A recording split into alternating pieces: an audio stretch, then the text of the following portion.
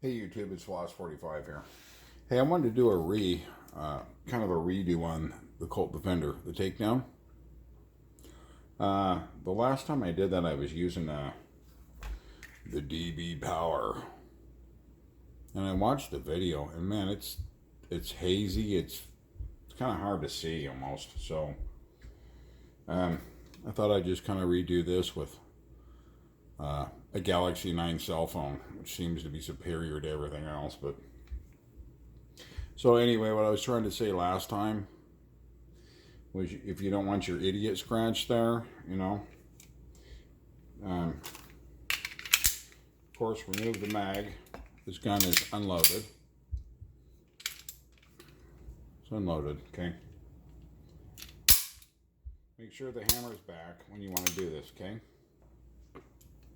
You have two takedown ports. You got one there. Well, actually not ports, but you have one there for something else. That's your takedown port right there. I shouldn't have said it that way, but so bring this back right to there. From the other side, push, remove that little pin, okay, and everything comes off. And on this Defender, I'm sure you can see at the business end. Let me take this out here real quick. This is a Kimber sleeve that I replaced from the Colt. The Colt doesn't have these little prongs on there. So when you put it in there, this actually fills up that whole space. With the Colt, you got a huge gap under the barrel. Anyway, and same with the same with this. On the Colt, this thing is super thin, and it just pivots back and forth. And as that pivots back and forth, it makes putting these things back together so hard, because it's so thin right here that the spring pushes this whole mechanism back this way. So when you're trying to put it back together, it's a night, it's hard. And this too, again, is a Kimber.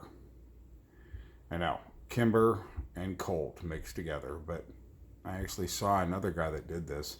He got the bushing from Kimber, and the guide rods, and the recoil spring from Kimber, and this thing is so superior. But anyway, even if you don't have that, push your little lug back. This is so you don't get that idiot scratch, okay? Sorry, if I get off screen a little bit here, you only want, when you put this back in, you guys, don't ever put it up here, okay, and push it in, because when you slide it down, you're going to put that scratch on your 1911. I see them everywhere. Or if you put it in down here and then you raise it up, you're going to scratch it. The reason I'm not is because I haven't pushed it in all the way. Okay, just get this in through both ports, okay, and bring it back to that first one, and right there, see, mine is loose, and then put it right to there, okay, just right on that. Let me try to show you. Okay, I'm going to pull it back right to that takedown spot right there. It's all there, and wham, look at that. Look how easy that was. Go, your gun's back together. So easy. No big ass mark on it. And don't ever try to do this with the hammer forward. Pull your hammer back and then bring the gun back right to there. Okay. Pop your pin out. Okay. Bada bing, bada boom. Okay. Put it back on. You're going to have to line it up. Sorry, it's out of... Well, I have to lift it up high so I can actually get it up there. All right. Now again, do not, if this thing wants to drag down, pull it out. You can pull it out at least 1/8 of an inch. Okay, bring this back right to that little notch there. Slowly pull that thing out, get it away from your gun, put it right up against there, okay? And then carefully pull it back, okay? Bring that back in, wham. It's that easy, and I don't have an idiot scratch. So, like I said, I just wanted to redo this because the camera I was using last time was such crap. My gun's nice and shiny, and that's the other thing I wanted to talk about. It didn't come this shiny, okay? It wasn't quite that shiny. I used some sandpaper on my gun. Okay, I've got 3,000, I got 1,200 in here. Actually, I've even got a less one, 400. So if you got an idiot scratch, use 400 and then keep counting down. Get yourself a pack of sandpaper. It's like micro mesh. And you want to end up with the 3,000 or the 2,000. Or no, excuse me, the 3,000 is the one you want to end up with. But if you have an idiot scratch, then you're going to want to start with the heavy sandpaper. And don't go over the whole gun, because if you go over all of this, you'd be amazed how much you can actually sand down. Just kind of go over the idiot scratch softly, and just keep going through the sandpapers. Okay, going through till you get down to the very last one.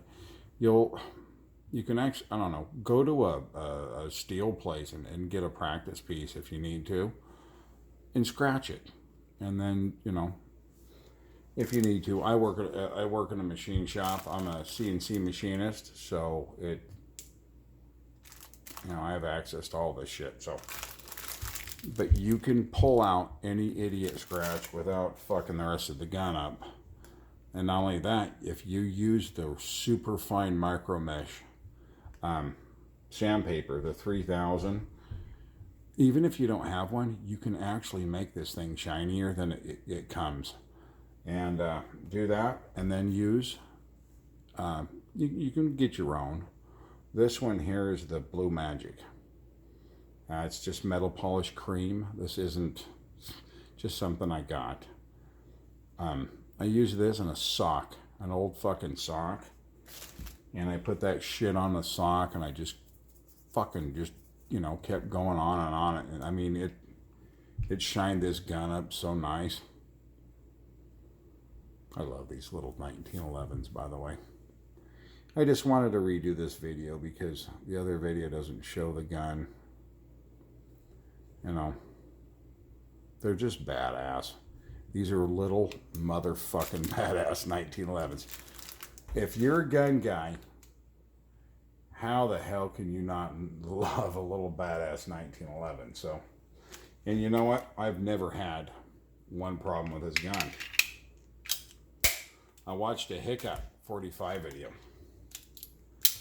and he said he reviewed the gun and he loved it, but he said him and his son had shot the shit out of the first one, and it was so fucking bad they had to send it back and have Bud's gun shop send them a new one, because the first one they got, it just wouldn't cycle. And fortunate for me, I have not had that problem. I've shot hollow points through this, all kinds of shit, but I have seen the ramp get scuffed up.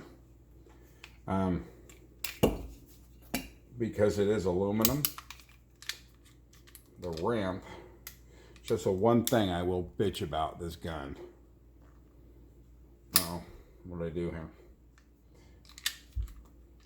I would really like to see the ramp here. If I can focus in on it.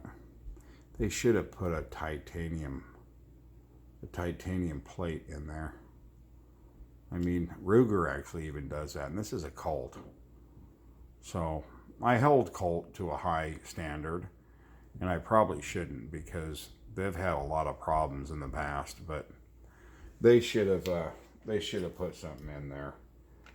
You know, it's high grade aluminum or aircraft aluminum, but I mean, what does that actually mean, right?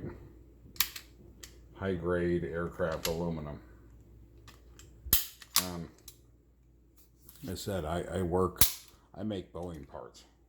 I don't work for Boeing, but I make their parts through another shop, and I use high grade aluminum all the time. And I don't care what you say about it; it's soft.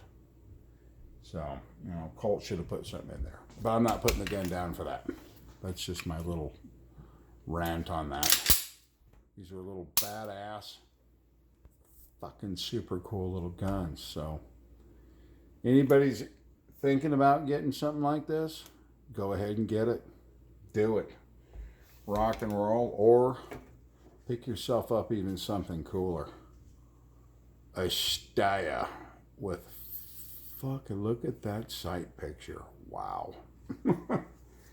I know. This was just another video though for, like I said, the other video, the camera I was using was so terrible. But anyway, they're easy to take apart. They're easy not to scratch.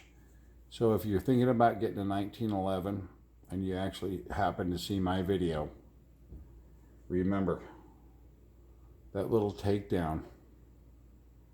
Never put it up here and then slide it down. And yes, I'm using my middle finger and I didn't mean to, but, or don't put it down here and slide it up. Get the gun lined up, get the pin through it, and slowly bring this up into that area. Stop when it's away from the gun a little bit, line it up, then bring it all the way in slowly and click it in. These 1911s go back together very easy if you take a little bit of time. All right, YouTube. Thanks for watching, man. Love you. See ya.